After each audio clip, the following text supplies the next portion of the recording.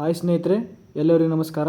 So ಇವತ್ತಿನ video ಏನು ಅಂತ ನೋಡೋದಾದರೆ, ಪ್ರತಿ ತಿಂಗಳು 5,000 ರೂಪಾಯಿಯನ್ನು ಪಿಂಚಣಿ ರೂಪದಲ್ಲಿ ತೆಗೆದುಕೊಳ್ಳಬಹುದು ಅಂತ ಇಲ್ಲಿ ಕೇಂದ್ರ ಸರ್ಕಾರ ಘೋಷಣೆಯನ್ನು ಮಾಡಿದೆ. ಹಾಗಿದ್ರೆ ನೀವು ಈ ಒಂದು ಯೋಜನೆಗೆ ಅಪ್ಲಿಕೇಶನ್ ಹೇಗೆ ಹಾಕಬೇಕು ಅನ್ನೋದ್ರ ಬಗ್ಗೆ ತಿಳಿಸ್ಕೊಡ್ತೀನಿ. ಮತ್ತು ಯಾರಿಗೆಲ್ಲ ಈ ಒಂದು 5,000 ರೂಪಾಯಿ ಪಿಂಚಣಿ ಬರುತ್ತೆ ಅನ್ನೋದ್ರ ಬಗ್ಗೆ ಕೂಡ ತಿಳಿಸ್ಕೊಡ್ತೀನಿ. ಮತ್ತು ಇದರ ಜೊತೆಗೆ ಡಾಕ್ಯುಮೆಂಟ್ಸ್ ಏನೆಲ್ಲ ಬೇಕು ಅನ್ನೋದ್ರ ಬಗ್ಗೆ ಕೂಡ ತಿಳಿಸ್ಕೊಡ್ತೀನಿ. ಹಾಗೆ ಅರ್ಜಿನ ಎಲ್ಲಿ ಹೋಗಿ ಹಾಕಬೇಕು ಅನ್ನೋದ್ರ ಬಗ್ಗೆ ಕೂಡ ಇಲ್ಲಿ ಸಂಪೂರ್ಣವಾಗಿ ತಿಳಿಸ್ಕೊಡ್ತೀನಿ. ಸೊ ಈ ಒಂದು ಎಲ್ಲ ವಿಷಯಗಳು ನಿಮಗೆ ತಿಳ್ಕೊಬೇಕಂದ್ರೆ ನೀವೇನು ಮಾಡಬೇಕಂತ ಕೇಳೋದಾದ್ರೆ, ಪ್ರತಿನಿತ್ಯ ಹೇಳುವಾಗಿ ಈ ಒಂದು ವಿಡಿಯೋನ ಯಾರು ಮಧ್ಯದಲ್ಲಿ ಓಡಿಸಿ ನೋಡಬೇಡಿ.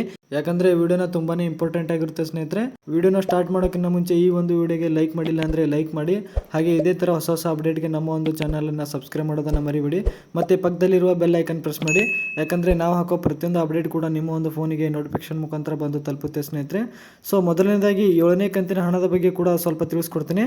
ಹಾಗಿದ್ರೆ 7ನೇ ಕಂತಿನ ಹಣ ಬಿಡುಗಡೆ ಕೂಡ ಆಗಿದೆ.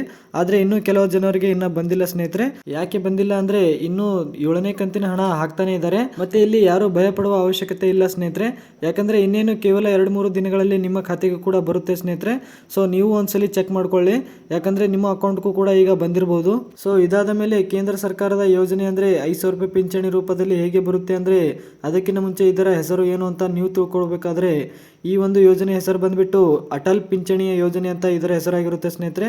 ಸೊ ಮೊದಲನೇದಾಗಿ ಇಲ್ಲಿ ಡಾಕ್ಯುಮೆಂಟ್ಸ್ ಏನೆಲ್ಲ ಬೇಕು ಅಂತ ನೀವು ನೋಡೋದಾದ್ರೆ, ಏನಿಲ್ಲ ಒಂದು ಆಧಾರ್ ಕಾರ್ಡನ್ನು ಬೇಕಾಗುತ್ತೆ. ಸೊ ಅದಾದ ನಂತರ ನಿಮ್ಮ ಒಂದು ಆಧಾರ್ ಕಾರ್ಡ್ಗೆ ಲಿಂಕ್ ಇರುವ ಫೋನ್ ನಂಬರ್ ಬೇಕಾಗುತ್ತೆ. ಸೊ ತದನಂತರ ನಿಮ್ಮ ಒಂದು ಬ್ಯಾಂಕ್ ಅಕೌಂಟ್ ನಂಬರ್ ಬೇಕಾಗುತ್ತೆ. ಇನ್ನು ಇಷ್ಟಿದ್ರೆ ಸಾಕು. ನಿಮಗೆ ಈ ಒಂದು ಯೋಜನೆಗೆ ಯಾರೆಲ್ಲ ಅಪ್ಲಿಕೇಶನ್ ಹಾಕ್ಬೋದು ಅಂತ ನೀವು ಕೇಳೋದಾದ್ರೆ, ಇಲ್ಲಿ ಯಾರು ಕೂಡ ಅಪ್ಲಿಕೇಶನ್ ಹಾಕ್ಬೋದು ಸ್ನೇಹಿತರೆ. ಯಾಕಂದ್ರೆ BPL ರೇಷನ್ ಕಾರ್ಡ್ ಇದ್ದವರು ಕೂಡ ಓಕೆ, ಅಂಡ್ ಮತ್ತೆ ಅದರ ಜೊತೆಗೆ APL ರೇಷನ್ ಕಾರ್ಡ್ ಇದ್ದವರು ಕೂಡ ಹಾಕ್ಬೋದು. ಮತ್ತೆ ಪುರುಷರು ಮತ್ತು ಮಹಿಳೆಯರು ಕೂಡ ಇಲ್ಲಿ ಇಬ್ರು ಅರ್ಜಿನ ಸಲ್ಲಿಸಬಹುದಾಗಿರುತ್ತೆ ಸ್ನೇಹಿತರೆ. ಹಾಗೆ ಇಲ್ಲಿ ಅರ್ಜಿನ ಬ್ಯಾಂಕ್ ಅಲ್ಲಿ ಹೋಗಿನೇ ಹಾಕಬೇಕಾಗುತ್ತೆ.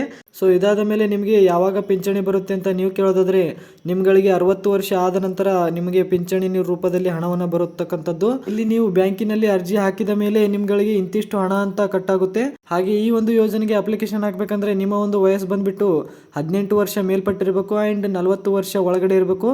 ಸೊ ಈ ಒಂದು ಒಳಗಡೆ ಇದ್ರೆ ಮಾತ್ರ ನಿಮಗೆ ಈ ಒಂದು ಯೋಜನೆಗೆ ಅಪ್ಲಿಕೇಶನ್ ಹಾಕೋಕೆ ಸಾಧ್ಯ ಆಗುತ್ತೆ ಸ್ನೇಹಿತರೆ. ಸೊ ಈ ಒಂದು ಯೋಜನೆ ಹೇಗಿದೆ ಅಂತ ಕಮೆಂಟ್ ಮಾಡಿ ಸ್ನೇಹಿತರೆ. ಅಂಡ್ ಇದೇ ತರ ಹೊಸ ಅಪ್ಡೇಟ್ಗೆ ನಮ್ಮ ಒಂದು ಚಾನಲ್ ಅನ್ನ ಸಬ್ಸ್ಕ್ರೈಬ್ ಮಾಡೋದನ್ನ ಮರಿಬೇಡಿ. ಸೊ ಈ ಒಂದು ವಿಡಿಯೋ ಪೂರ್ತಿ ನೋಡಿದ್ದಕ್ಕಾಗಿ ಧನ್ಯವಾದಗಳು ಸ್ನೇಹಿತರೆ.